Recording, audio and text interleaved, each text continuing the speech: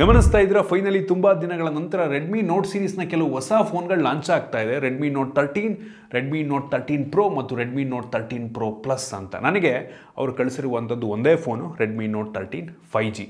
ನಾನಿವತ್ತು ಇದನ್ನು ಅನ್ಬಾಕ್ಸ್ ಮಾಡ್ತೀನಿ ಆಯಿತಾ. ನಾನು ಈ ವಿಡಿಯೋ ಮಾಡೋ ಟೈಮಲ್ಲಿ ಈ ಫೋನ್ನ ಬೆಲೆ ಇನ್ನೂ ರಿವೀಲ್ ಆಗಿಲ್ಲ. ನಾನು ಗೆಸ್ ಮಾಡ್ತಾ ಇದ್ದೀನಿ.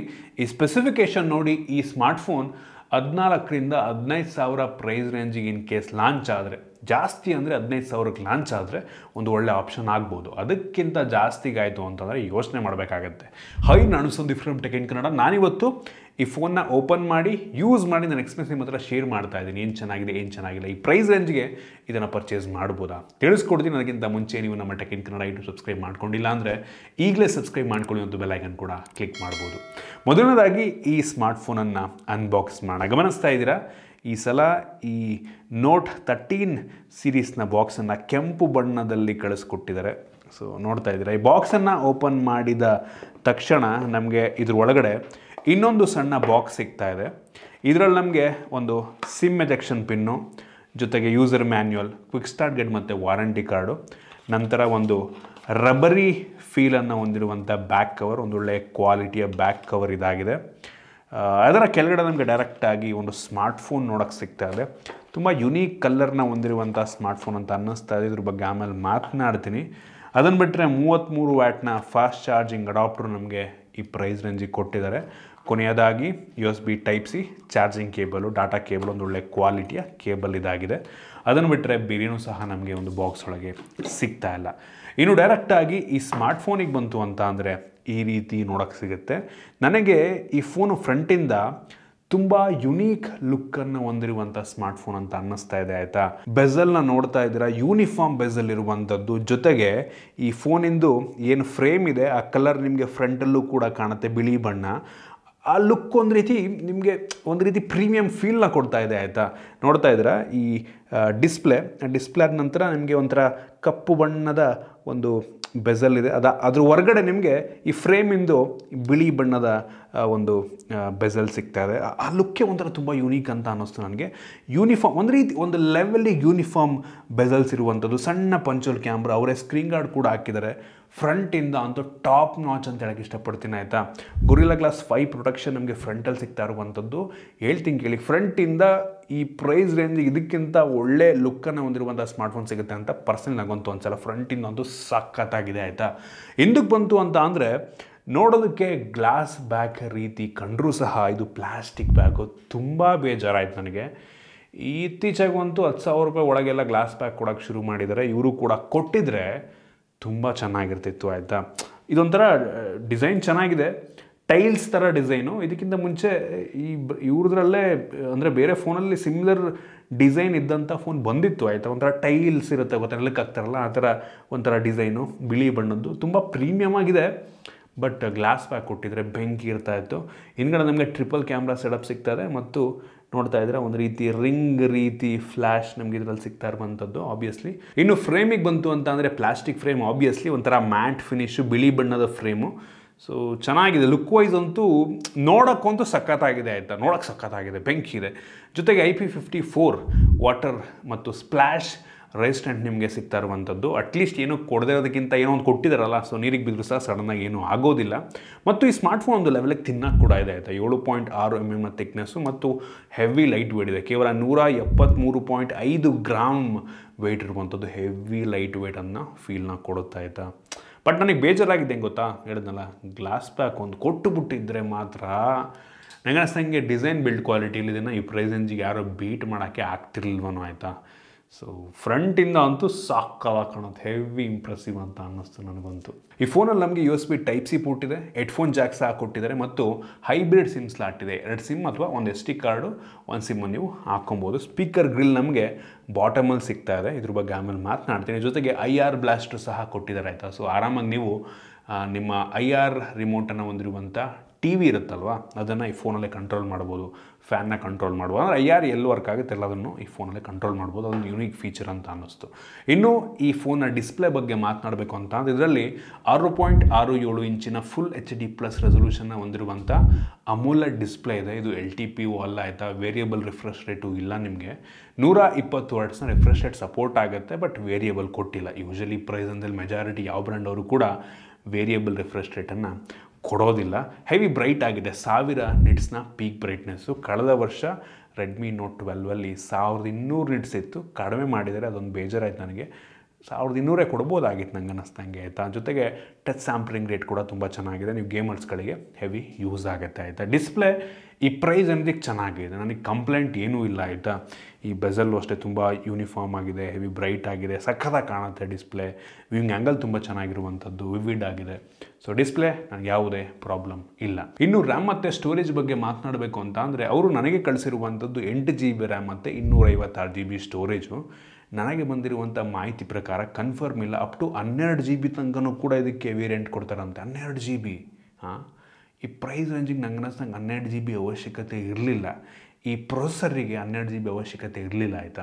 ಗೊತ್ತಿಲ್ಲ ಆಯಿತಾ, ಲಾಂಚ್ ಆದರೂ ಆಗ್ಬೋದು, ಆಗದೇ ಇರ್ಬೋದು. ಮೋಸ್ಟ್ಲಿ ಅಪ್ ಟು 256 GB ತನಕನೇ ಮೋಸ್ಟ್ಲಿ ಸ್ಟೋರೇಜ್ ಇರ್ಬೋದು ಮ್ಯಾಕ್ಸಿಮಮ್. 512 ಕೊಡ್ತಾರಲ್ವ ಗೊತ್ತಿಲ್ಲ. ಒಟ್ಟಿಗೆ SD ಕಾರ್ಡ್ ಸ್ಲಾಟ್ ಇರೋದ್ರಿಂದ ಮ್ಯಾಟ್ರ್ ಆಗಲ್ಲ. ಒಟ್ಟಿಗೆ ಇದರಲ್ಲಿರುವಂಥ ರ್ಯಾಮ್ ಬಂದ್ಬಿಟ್ಟು LPDDR4X ರ್ಯಾಮ್ ಮತ್ತು ಸ್ಟೋರೇಜ್ ಟೈಪ್ ಬಂದ್ಬಿಟ್ಟು UFS 2.2 ಸ್ಟೋರೇಜು. ಎಲ್ಲರೂ ಕೊಡೋದನ್ನು ಇವರು ಕೊಟ್ಟಿದ್ದಾರೆ, ಏನೂ ಸ್ಪೆಷಲ್ ಇಲ್ಲ ಆಯಿತಾ. ಯುನೀಕ್ ಅನ್ನುವಂಥದ್ದು ನನಗಿದರಲ್ಲಿ ಕಾಣಲಿಲ್ಲ. ಇನ್ನು ಪ್ರೊಸೆಸರಿಗೆ ಬಂತು ಅಂತ ಅಂದರೆ ಇದು ಕೂಡ ಅಷ್ಟೇ, ಮೀಡಿಯಾಟೆಕ್ಕಿಂದು ಡೈಮೆನ್ಸಿಟಿ 6080 ಪ್ರೊಸೆಸರ್. ಇದು ಕೂಡ ನನಗೆ ಯುನೀಕ್ ಅಂತ ಅನ್ನಿಸ್ಲಿಲ್ಲ. ಬೆಂಚ್ ಮಾರ್ಕ್ ಸುಮಾರು 4,30,000 ತನಕ ರೇಟಿಂಗನ್ನು ಕೊಡಬಲ್ಲಂಥ ಸಾಮರ್ಥ್ಯನ ಹೊಂದಿರುವಂಥದ್ದು. ಈ ಪ್ರೈಸ್ ರೇಂಜಿಗೆ ಎಲ್ಲರೂ ಕೂಡ ಇವರು ಕೊಟ್ಟಿದ್ದಾರೆ. ನನಗೆ ಇದರಲ್ಲೂ ಕೂಡ ಯಾವುದೇ ಸ್ಪೆಷಾಲಿಟಿ ಅಂತ ಅನ್ನಿಸ್ಲಿಲ್ಲ. 15,000 ರೂಪಾಯಿಗೆ ಓಕೆ ಅಂತೀನಿ, ಬೆಸ್ಟ್ ಅನ್ನಲ್ಲ ಗುರು ನಾನು ಆಯಿತಾ. ಪರ್ಫಾರ್ಮೆನ್ಸ್ ವೈಸು ಓಕೆ ಅಂತೀನಿ. ಇನ್ನೊಂದು ಸ್ವಲ್ಪ ಒಳ್ಳೆ ಪರ್ಫಾರ್ಮೆನ್ಸ್ ಕೊಡೋ ಪ್ರೊಸೆಸರ್ ಕೊಟ್ಟಿದ್ರೆ ಇನ್ನೂ ಚೆನ್ನಾಗಿರ್ತಿತ್ತು. ನಾವು ಇದರಲ್ಲಿ BGMI ಚೆಕ್ ಮಾಡ್ದಂಗೆ ನೀವು ಸ್ಮೂತಲ್ಲಿ ಅಪ್ ಟು ಅಲ್ಟ್ರಾ ತನಕ ಆಡ್ಬೋದು, ಒಂದು ಲೆವೆಲಿಗೆ ಸ್ಮೂತಾಗಿರುತ್ತೆ. HDಯಲ್ಲಿ ಹೈ ತನಕ ಹೋಗುತ್ತೆ, ಬಟ್ HDಯಲ್ಲಿ ಸ್ವಲ್ಪ ಲ್ಯಾಗ್ ಹೊಡೆಯುತ್ತೆ. ಲ್ಯಾಗ್ ಅಂದರೆ ಹೆವಿ ಅಲ್ಲ, ಒಂದು ಸ್ವಲ್ಪ ಆಗ ಈಗ ಫ್ರೇಮ್ ಡ್ರಾಪ್ಸ್ ಆಗುತ್ತೆ ಆಯಿತಾ. ಸೊ ಗೇಮ್ಸನ್ನು ನೀವು ಆರಾಮಾಗಿ ಆಡ್ಕೊಬೋದು. ಪ್ರೈಸ್ ರೇಂಜಿಗೆ ಏನು ತೊಂದರೆ ಇಲ್ಲ, ಯಾವುದೇ ಅಪ್ಲಿಕೇಶನ್ ಬೇಕಾದ್ರೂ ಒಂದು ಲೆವೆಲಿಗೆ ಸ್ಮೂತಾಗಿ ರನ್ ಆಗುತ್ತೆ. ಬಟ್ ಹೆವಿ ಜಾಸ್ತಿ ಎಕ್ಸ್ಪೆಕ್ಟೇಷನ್ ಇಟ್ಕೊಳ್ಳೋದಕ್ಕೂ ಕೂಡಿ ಫ್ಲ್ಯಾಗ್ಶಿಪ್ ಲೆವೆಲ್ ಅಲ್ಲ. ಇತ್ತೀಚೆಗಂತೂ ಈಗ ಬರ್ತಿರುವಂಥ ಫ್ಲ್ಯಾಗ್ಶಿಪ್ ಫೋನ್ಗಳಿದ್ದು ಇದರ 4 ಪಟ್ಟು ಪವರ್ ಜಾಸ್ತಿ ಇರುತ್ತೆ. 4 ಅಲ್ಲ ಹೇಳ್ತೀನಿ, 5ರಿಂದ 6 ಪಟ್ಟು ಪವರ್ ಜಾಸ್ತಿ ಇರುವಂಥ ಫ್ಲ್ಯಾಗ್ಶಿಪ್ ಫೋನ್ಗಳು ಬರ್ತಾ ಇದ್ದಾವೆ ಆಯಿತಾ.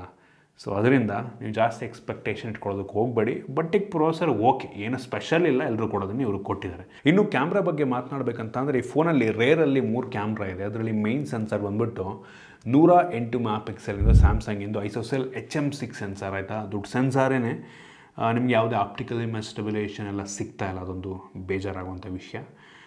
108 MP ಇದೆ ಅಂದ ತಕ್ಷಣ ಬೆಂಕಿ ಫೋಟೋ ಪ್ರೊಡ್ಯೂಸ್ ಮಾಡುತ್ತೆ ಅಂತ ಅಲ್ಲ ಆಯಿತಾ. ಮೆಗಾಪಿಕ್ಸೆಲ್ ಮ್ಯಾಟ್ರ್ ಆಗಲ್ಲ. ಇದು ತೆಗೆಯುವಂಥ ಫೋಟೋ ಚೆನ್ನಾಗಿದೆ ಒಂದು ಲೆವೆಲ್, ಈ ಪ್ರೈಸ್ ರೇಂಜಿಗೆ ಚೆನ್ನಾಗಿದೆ. ಇಂಡೋರಲ್ಲೂ ಕೂಡ ಒಂದು ಒಳ್ಳೆ ಫೋಟೋ ತೆಗೆಯುತ್ತೆ, ಡೇ ಲೈಟಲ್ಲಂತೂ ಸಖತ್ತಾಗಿ ತೆಗೆಯುತ್ತೆ. ಸೊ ಇದು ಕೂಡ ನನಗೆ ತುಂಬ ಸ್ಪೆಷಲ್ ಅಂತ ಅನಿಸಿಲ್ಲ. ಈ ಪ್ರೈಸ್ ರೇಂಜಿಗೆ ಮೆಜಾರಿಟಿ ಬ್ರ್ಯಾಂಡ್ಗಳು ನಿಮಗೆ ಸಿಮಿಲರ್ ಫೋಟೋ ಕ್ವಾಲಿಟಿನೇ ನೀಡ್ತವೆ, ಇವರು ಕೂಡ ಅದನ್ನೇ ಕೊಟ್ಟಿದ್ದಾರೆ. ಅದನ್ನು ಬಿಟ್ಟರೆ 8 ಮೆಗಾಪಿಕ್ಸೆಲ್ ಅಲ್ಟ್ರಾ ವೈಡ್ ಆ್ಯಂಗಲ್ ಅನಿಸುತ್ತೆ, ಒಂದು ಲೆವೆಲಿಗೆ ವೈಡ್ ಆಗಿದೆ. ಕ್ಲಾರಿಟಿ ಅಷ್ಟೇ ಅನ್ನಿಸ್ತಾ ನನಗೆ. 8 MP ಆಗಿರೋದು ಕ್ಲಾರಿಟಿ ಚೆನ್ನಾಗಿದೆ, ಕಲರ್ಸ್ ಎಲ್ಲ ತುಂಬ ಚೆನ್ನಾಗಿದೆ. ಬಟ್ ಝೂಮ್ ಮಾಡಿದ್ರೆ ಡೀಟೇಲ್ಸ್ ನಿಮಗೆ ಅಷ್ಟೊಂದು ಸಿಗಲ್ಲ ಆಯಿತಾ, ಬ್ಲರ್ರಿ ಅನ್ನೋ ಒಂದು ಫೀಲ್ನ ಕೊಡುತ್ತೆ ಝೂಮ್ ಮಾಡಿದಾಗ ಮಾತ್ರ.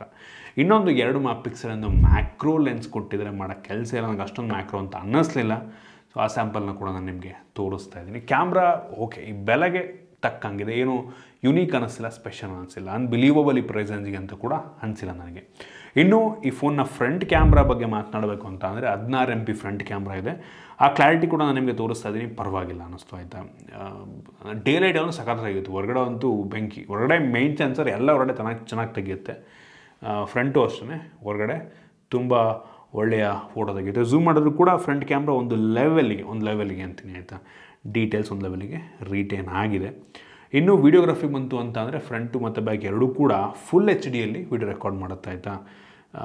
4K ಕೊಟ್ಟಿದ್ರೆ ಚೆನ್ನಾಗಿರೋದು, ಬಟ್ ಕೊಟ್ಟಿಲ್ಲ. ಫುಲ್ HD 30 FPS ನೀವು ವಿಡಿಯೋ ರೆಕಾರ್ಡನ್ನು ಮಾಡ್ಬೋದು. ಫ್ರಂಟು ಮತ್ತು ಬ್ಯಾಕ್ ಎರಡೂ ಕೂಡ ಫುಲ್ HD 30 FPS. ನಿಮಗೆ ಈ ಪ್ರೈಸ್ ರೇಂಜಿಗೆ ಅಷ್ಟೊಂದು ಸ್ಟೆಬಿಲಿಟಿ ಎಲ್ಲ ಸಿಗಲ್ಲ ಆಯಿತಾ ವಿಡಿಯೋ ಮಾಡಬೇಕಾದ್ರೆ. ಕ್ವಾಲಿಟಿ ನೋಡ್ತಾ ಇದ್ದೀರಾ, ಪರವಾಗಿಲ್ಲ, ಫುಲ್ HDದು ಓವರಾಲ್ ಕ್ಯಾಮ್ರಾ ನನಗೇನು ಯೂನಿಕ್ ಅಂತ ಅನ್ನಿಸ್ಲಿಲ್ಲ, ಬೆಲೆಗೆ ತಕ್ಕ ರೀತಿಯಲ್ಲಿದೆ. ಇನ್ನು ಈ ಫೋನ್ನ ಸೆಕ್ಯೂರಿಟಿ ಬಗ್ಗೆ ಮಾತನಾಡಬೇಕು ಅಂತ ಅಂದರೆ, ಇದರಲ್ಲಿ ನಮಗೆ side mounted finger print sensor ಕೊಟ್ಟಿದ್ದಾರೆ. ತುಂಬ ಅಂದರೆ ತುಂಬ ಫಾಸ್ಟ್ ಆಗಿದೆ, ನೋಡ್ತಾ ಇದ್ದೀರಾ. ಮತ್ತು ಫೇಸ್ ಅನ್ಲಾಕ್ ಸಹ ಇದೆ. ಫೇಸ್ ಅನ್ಲಾಕ್ ನೋಡ್ತೀರಾ ನೀವೇನೆ, ಹೆವಿ ಫಾಸ್ಟಾಗಿ ಫೇಸ್ ಅನ್ಲಾಕ್ ಮಾಡ್ತಾ ಇದೆ, ತುಂಬ ಫಾಸ್ಟ್ ಆಗಿದೆ. ಇನ್ನು ಬ್ಯಾಟ್ರಿ ಬಗ್ಗೆ ಮಾತನಾಡಬೇಕಂತ ಅಂದರೆ, ಈ ಫೋನಲ್ಲಿ 5000 mAh ಕೆಪಾಸಿಟಿಯ ಬ್ಯಾಟ್ರಿ ಇದೆ ಸ್ಟ್ಯಾಂಡರ್ಡು, ಮತ್ತು ಬಾಕ್ಸ್ ಒಳಗೆ 33 ವ್ಯಾಟ್ನ ಫಾಸ್ಟ್ ಚಾರ್ಜಿಂಗ್ ಅಡಾಪ್ಟರ್ ಕೊಟ್ಟಿದ್ದಾರೆ. 33 ವ್ಯಾಟ್ ಈ ಪ್ರೈಸ್ ರೇಂಜಿ ಓಕೆ ಆಯಿತು, ಅದಕ್ಕಿಂತ ಜಾಸ್ತಿ ಕೊಟ್ಟರೆ ಚೆನ್ನಾಗಿರೋದು. 33 ವ್ಯಾಟ್ ನಾಟ್ ಬ್ಯಾಡ್ ಅಂತ ಹೇಳಕ್ಕೆ ಇಷ್ಟಪಡ್ತೀನಿ, ಫಾಸ್ಟಾಗಿ ಚಾರ್ಜ್ ಆಗುತ್ತೆ. ಇನ್ನು OS ಗೆ ಬಂತು ಅಂತ ಅಂದರೆ, ಇದರಲ್ಲಿ ನಮಗೆ ಆ್ಯಂಡ್ರಾಯ್ಡ್ 13 ಬೇಸ್ ಮೇಲೆ ರನ್ ಆಗ್ತಿರುವಂಥ MIUI ಇದೆ. ಇನ್ನೊಂದು ಸ್ವಲ್ಪ ದಿನದಲ್ಲಿ ಮೋಸ್ಟ್ಲಿ ಅವ್ರದ್ದು ಹೊಸ OS ಬರಬಹುದು, ಇದಕ್ಕೆ ಅಪ್ಡೇಟು ಆಯಿತಾ. ಇನ್ನೂ ಸದ್ಯಕ್ಕೆ ಬಂದಿಲ್ಲ ಆಯಿತಾ. ಸೊ 100% ಬರುತ್ತೆ, ಲೇಟೆಸ್ಟ್ ಡಿವೈಸ್ ಆಗಿರೋದ್ರಿಂದ MIUI ಇದೆ ಸದ್ಯಕ್ಕೆ. ಆಮೇಲೆ ಹೊಸ OS ಬರುತ್ತೆ, ಏನು ಡಿಫ್ರೆನ್ಸ್ ಏನೂ ಇರಲ್ಲ ಆಯಿತಾ, ಹೆಸರು ಮಾತ್ರ ಚೇಂಜ್ ಮಾಡಿದ್ದಾರೆ ಅಷ್ಟೇ. ರೀಸೆಂಟಾಗಿ ಬಂದಿರುವಂಥ ನ್ಯೂಸ್ನ ಪ್ರಕಾರ ನಾನು ಕೇಳ್ಪಟ್ಟಂಗೆ ಈ ರೆಡ್ಮಿ ನೋಟ್ 13 ಸೀರೀಸ್ ಫೋನ್ಗಳಿಗೆ 3 ವರ್ಷ ಏನೋ ಆ್ಯಂಡ್ರಾಯ್ಡ್ ಅಪ್ಡೇಟ್ ಕೊಡ್ತಾರೆ ಅಂತ ಹೇಳೋದಾಗ್ತದೆ. ಇದು ಈ ವೇರಿಯಂಟಿಗೂ ಅಪ್ಲೈ ಆಗುತ್ತಲ್ಲೋ ಗೊತ್ತಿಲ್ಲ. ಪ್ರೋ ವೇರಿಯಂಟ್ಗಳಿಗೆ, ಪ್ರೋ ಪ್ಲಸ್ಸಿಗೆಲ್ಲ ನಂಗೆ ಅನ್ನಿಸ್ತಾ 3 ವರ್ಷ ಸಿಗುತ್ತೆ. ಇದಕ್ಕೆ ಅಪ್ಡೇಟ್ನ 3 ವರ್ಷ ಕೊಡ್ತಾರೋ ಇಲ್ವೋ ಅನ್ನುವಂಥದ್ದು ಇನ್ನೂ ಕನ್ಫ್ಯೂಷನಲ್ಲಿದೆ. ಒಟ್ಟಿಗೆ ಪ್ರಾಮಿಸ್ ಮಾಡಿದ್ದಾರೆ, ಇನ್ಮೇಲೆ ನೆಕ್ಸ್ಟು ಏನು ರೆಡ್ಮಿ ಡಿವೈಸ್ಗಳಿಗೆ 3 ವರ್ಷ ಆ್ಯಂಡ್ರಾಯ್ಡ್ ಅಪ್ಡೇಟ್ 3 ವರ್ಷ MI ಅವ್ರು ಕೊಡ್ತಾರೆ ಅನ್ನೋ ದೊಡ್ಡ ವಿಷಯ ಆಯಿತಾ. ಒಟ್ಟಿಗೆ ಕನ್ಫರ್ಮೇಷನ್ ಇಲ್ಲ ಇದಕ್ಕೆ ಬರುತ್ತಾ ಹೇಗೆ ಅಂತ ಕಾದು ನೋಡಬೇಕಾಗಿದೆ. ಟೆಕ್ ನ್ಯೂಸಲ್ಲಿ ಅದ್ರ ಬಗ್ಗೆ ನಾನು ಮಾತನಾಡ್ತೀನಿ ನೆಕ್ಸ್ಟ್ ಇನ್ಫಾರ್ಮೇಷನ್ ಬಂತು ಅಂತ ಅಂದರೆ. ಇನ್ನೂ ಸ್ಪೀಕರಿಗೆ ಬಂತು ಅಂತ ಅಂದರೆ, ಡಾಲ್ಬಿ ಅಟ್ಮೋಸ್ ಸ್ಪೀಕರು ಸೂಪರ್ ವಿಷಯ, ಆದರೆ ಬಾಟಮ್ ಫೈರಿಂಗು ಮೋನೋ ಸ್ಪೀಕರು. ಇದಕ್ಕಿಂತ ಮುಂಚೆ ರೆಡ್ಮಿ ಬ್ರ್ಯಾಂಡಿಂಗಲ್ಲಿ ಹಳೆ ಫೋನ್ಗಳಲ್ಲಿ ಇದಕ್ಕಿಂತ ಕಡಿಮೆ ಬೆಲೆಗೆ ಸ್ಟೀರಿಯೋ ಸ್ಪೀಕರ್ ಕೊಡ್ತಾಯಿದ್ರು. ಈಗೇನು ಕೊಡ್ತಿಲ್ಲ ಅಂತ ಗೊತ್ತಿಲ್ಲ, ಇದರಲ್ಲೂ ಕೂಡ ಕೊಟ್ಟಿಲ್ಲ. ಬಟ್ ಸ್ಪೀಕರ್ನ ಕ್ಲಾರಿಟಿ ಚೆನ್ನಾಗಿದೆ, ಒಂದು ಲೆವೆಲ್ಗೆ ಜೋರಾಗಿ ಕೂಡ ಕೇಳುತ್ತೆ. ಇನ್ನು ಕನೆಕ್ಟಿವಿಟಿ ಬಗ್ಗೆ ಮಾತನಾಡಬೇಕಂತ ಅಂದರೆ, ಈ ಫೋನಲ್ಲಿ ಡ್ಯುಯಲ್ ಬ್ಯಾಂಡ್ ವೈಫೈ ಸಪೋರ್ಟ್ ಇದೆ. ವೈಫೈ 6 ಕೊಡಬೇಕಾಗಿತ್ತು ಈಗಲಾದರೂ. ವೈಫೈ 6 ಬಂದು ಎಷ್ಟೋ ವರ್ಷ ಆಗಿ ಬಂತು, ಇನ್ನೂ ಕೆಲವೊಂದು ಫೋನ್ಗಳಲ್ಲಿ ವೈಫೈ 6 ಸಪೋರ್ಟ್ ಇಲ್ಲ ಅಂದರೆ ಬೇಜಾರಾಗುತ್ತೆ. ಅಟ್ಲೀಸ್ಟ್ ಈ ವರ್ಷ ಬರುವಂಥ ಎಲ್ಲ ಫೋನ್ಗಳಲ್ಲಿ ವೈಫೈ 6 ಇದ್ದರೆ ತುಂಬ ಒಳ್ಳೆಯದು. ಬ್ಲೂಟೂತ್ 5.3 ಕೂಡ ನಮಗೆ ಇದರಲ್ಲಿ ಸಿಗ್ತಾ ಇದೆ. ಕ್ಯಾರಿಯರ್ ಅಗ್ರಿಗೇಷನ್ ಸಿಗಲ್ಲ. ಜೊತೆಗೆ ನಮ್ಮ ದೇಶದ ಎಲ್ಲ 5G ಬ್ಯಾಂಡ್ಗಳು ಸಪೋರ್ಟ್ ಆಗಿದೆ, ತಲೆ ಕೆಡಿಸ್ಕೊಂಬಿಡಿ. ಇನ್ನು ಸೆನ್ಸಾರ್ಸಿಗೆ ಬಂತು ಅಂದರೆ ಏರ್ ಬ್ಲಾಸ್ಟ್ ಇದೆ, ಮತ್ತು ಎಲ್ಲ ಅವಶ್ಯಕತೆ ಇರುವಂಥ ಸೆನ್ಸಾರ್ಸ್ನೆಲ್ಲ ಕೊಟ್ಟಿದ್ದಾರೆ. ಗೈರು ಎಲ್ಲ ಇದೆ, ನಿಮಗೆ ಗೇಮ್ ಆಡೋಕ್ಕೆಲ್ಲ ಏನು ತೊಂದರೆ ಇಲ್ಲ. ಸೊ ಇದಿಷ್ಟು ಈ ಫೋನಿಂದು ಕೆಲವೊಂದು ಮೇಯ್ನ್ ಫೀಚರ್. ನಾನು ಆಗಲೇ ಹೇಳ್ದಂಗೆ, ಇನ್ ಕೇಸ್ ಈ ಫೋನ್ ಏನಾದರೂ ಒಂದು 15,000 ರೂಪಾಯಿ ಒಳಗೆ ಲಾಂಚ್ ಆದರೆ ಬೇಸ್ ವೇರಿಯಂಟು, ಇದನ್ನು ಒಂದು ಆಪ್ಷನಾಗಿ ಇಟ್ಕೊಬೋದು. ಇಲ್ಲ ಅಂದರೆ ನಂಗೆ ಅನ್ನಿಸ್ದಂಗೆ ಅಂದರೆ ಏನು ತಗೋಬೇಕು ಹೇಳಿ, ನಮಗೆ ಈ ಬೆಲೆಗೆ ಇದಕ್ಕಿಂತ ಒಳ್ಳೆಯ ಸ್ಪೆಸಿಫಿಕೇಷನ್ ಹೊಂದಿರುವಂಥ ಫೋನ್ಗಳು ಸಿಗ್ತವೆ, ಅಥವಾ ಇಷ್ಟೇ ಸ್ಪೆಸಿಫಿಕೇಷನ್ ಹೊಂದಿರುವಂಥ ಫೋನ್ಗಳು 15,000 ರೂಪಾಯಿಗಂತೂ ಆರಾಮಾಗಿ ಸಿಗ್ತವೆ. ವೆಯ್ಟ್ ಮಾಡಿ 15,000 ರೂಪಾಯಿ ಒಳಗೆ ಲಾಂಚ್ ಆದರೆ ಒಂದು ಆಪ್ಷನ್ ಇಟ್ಕೊಬೋದು ಆಯಿತಾ. ಅದಕ್ಕಿಂತ ಜಾಸ್ತಿ ಆದರೆ ನಂಗೆ ಅನ್ಸಂಗೆ ಬೆಲೆ ಜಾಸ್ತಿ ಆಯಿತು. ನನಗೆ ಪರ್ಸ್ನಲಿ ಈ ಫೋನಲ್ಲಿ ಇಷ್ಟ ಆಗಿದ್ದು ಒಂದು ಡಿಸ್ಪ್ಲೇ ಮತ್ತು ಈ ಫೋನ ಫ್ರಂಟ್ ಡಿಸೈನು ಆಯಿತಾ. ಸಾಕಾಗಿದೆ ಗುರು, ಫ್ರಂಟಿಂದ ಹೆವಿ ಪ್ರೀಮಿಯಮ್ ಆಗಿ ಕಾಣುತ್ತೆ. ನಂಗೆ ಅದೊಂದೇ ಮೇಜರಾಗಿ ಇಷ್ಟ ಆಗಿದ್ದು, ಬಿಟ್ಟರೆ ಉಳಿದಿದ್ದೆಲ್ಲ ನಾರ್ಮಲ್, ಎಲ್ಲರೂ ಕೊಡೋದನ್ನೇ ಕೊಟ್ಟಿದ್ದಾರೆ ಅಷ್ಟೇ. ಸೊ ಇಷ್ಟು ಈ ಫೋನ್ನ ಬಗ್ಗೆ ನನ್ನ ಆನೆಸ್ಟ್ ಒಪಿನಿಯನ್. ನಿಮ್ಗೇನು ಅನ್ನಿಸ್ತು ಕಾಮೆಂಟ್ ಮಾಡಿ. ಇಷ್ಟ ಆಗಿದ್ದರೆ ಲೈಕ್ ಮಾಡಿ, ಶೇರ್ ಮಾಡಿ. ಇದೇ ರೀತಿ ನಮ್ಮ ಬೇರೆ ಬೇರೆ ವೀಡಿಯೋಗಳು ನಮ್ಮ ಟೆಕ್ ಏನು ಕಿರಣ ಯೂಟ್ಯೂಬ್ ಸಬ್ಸ್ಕ್ರೈಬ್ ಮಾಡ್ಕೊಂಡಿಲ್ಲ ಅಂದರೆ ಈಗಲೇ ಸಬ್ಸ್ಕ್ರೈಬ್ ಮಾಡ್ಕೊಳ್ಳಿ, ಮತ್ತು ಬೆಲ್ ಐಕನ್ ಕೂಡ ಕ್ಲಿಕ್ ಮಾಡ್ಬೋದು. ಸಿಗೋಣ ಮುಂದಿನ ವೀಡಿಯೋದಲ್ಲಿ.